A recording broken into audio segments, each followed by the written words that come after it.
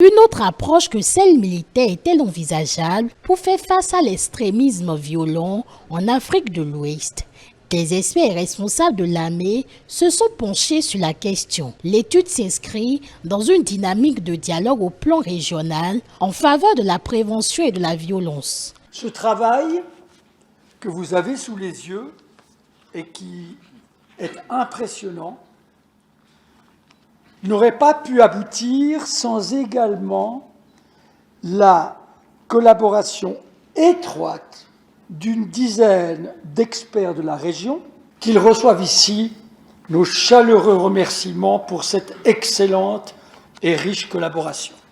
Ces réformes du secteur de la sécurité, inédites dans notre pays, par les composantes touchées, les ressources engagées, mais aussi et surtout la vision et la volonté politique forte qui l'ont porté, a pour objectif de doter notre pays d'un outil de défense et de sécurité fiable, intègre, bien gouverné et efficace pour protéger notre développement et garantir à nos populations la paix et la sécurité nécessaires pour favoriser la création de richesses. Ce qui est constant dans cette vaste réforme est que toutes les composantes impactées ont vu leur fonctionnement modernisé, leurs attributions et missions enrichies et adaptées aux menaces nouvelles et émergentes telles que l'extrémisme violent et le terrorisme. Le rapport d'étude met à l'honneur le dialogue et la prévention comme réponse à l'extrémisme violent en incluant les civils dans la construction des modèles de société inclusive et en améliorant la compréhension des rôles et des obligations de chacun. La satisfaction de tous, non seulement par la qualité des participants, mais aussi par la diversité et surtout la pointure de leurs interventions. Mobilisons-nous donc autour de nos forces de défense et de sécurité, politiques, chercheurs, organisations de la société civile, institutions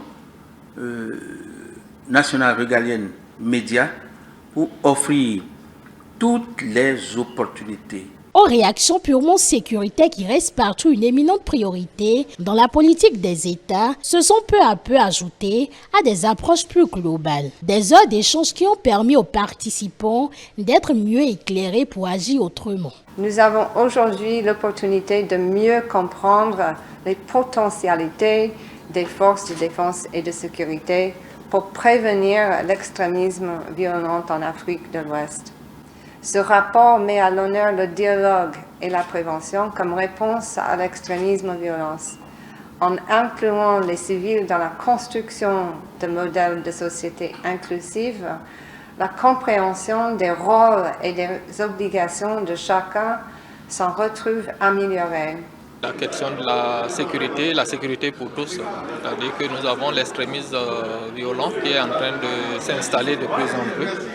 Nos pays côtiers sont menacés et il faudrait qu'on prenne le taureau par les cornes, comme on le dit, pour que le dialogue puisse s'installer entre les différents acteurs, tous ceux qui doivent concourir vraiment à cette lutte-là, qui doit être une lutte commune.